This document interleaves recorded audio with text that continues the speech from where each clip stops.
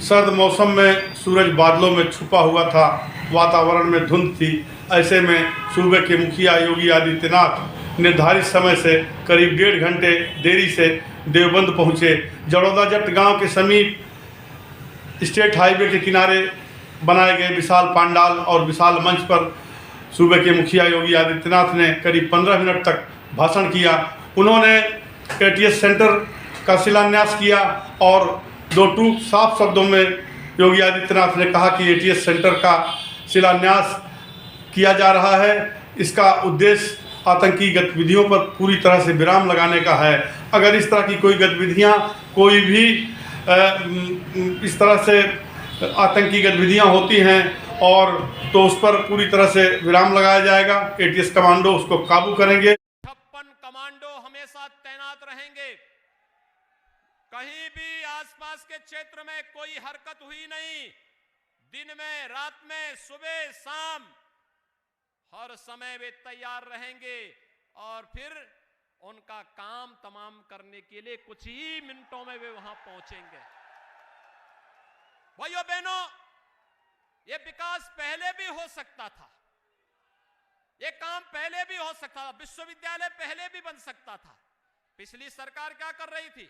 Samajwadi party की सरकार थी और सहारनपुर मेडिकल कॉलेज जो मान्यवर कांसीराम जी के नाम पर था, उसका नामकरण ही उसने बदल दिया। लखनऊ में भाषा विश्वविद्यालय था कांसीराम जी के नाम पर, समाजवादी पार्टी ने उसका नाम भी बदल दिया। भाषा विश्वविद्यालय का नाम दूसरा कर दिया, नाम ही बदल दिया। बाबा साहब भीमराव अंबेडकर के नाम पर बने हुए स्मारक को तोड़ने की धमकी देती थी सपा की सरकार। भाइयों बहनों, हमारी सरकार ने बाबा साहब भीमराव अंबेडकर का भरपूर सम्मान किया। प्रधानमंत्री मोदी जी ने बाबा साहब भीमराव अंबेडकर के जुड़े हुए 5 स्थलों को पंचतीर्थ के रूप में विकसित किया। उन्होंने पलायन के मुद्दे को भी छुआ।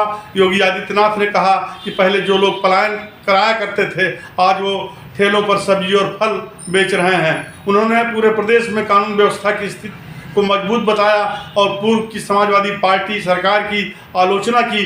उन्होंने कहा कि समाजवादी पार्टी सन 2012 में पूर्ण रूप से सत्ता में आई, लेकिन पूरे 5 साल में सहारनपुर को क्या दिया।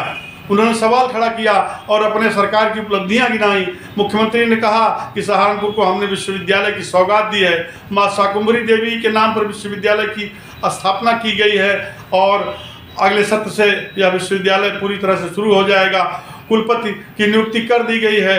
इसके अलावा उन्होंने तमाम सारी योजनाओं का हवाला दिया और यहाँ भी आज इस कार्यक्रम में उन्होंने करोड़ों रुपए की योजनाओं का लोकार्पण किया।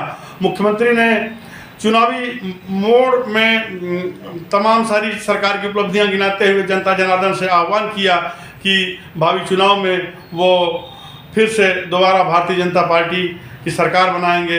करीब 15 मिनट के भाषण में उन्होंने विपक्षी दलों पर रह रहकर प्रहार किए और अपनी सरकार की उपलब्धियां गिनाई। कैमरा पर्सन नितिन भारद्वाज के साथ मैं अवनींद्र कमल, जनवाणी न्यूज, सहारनपुर।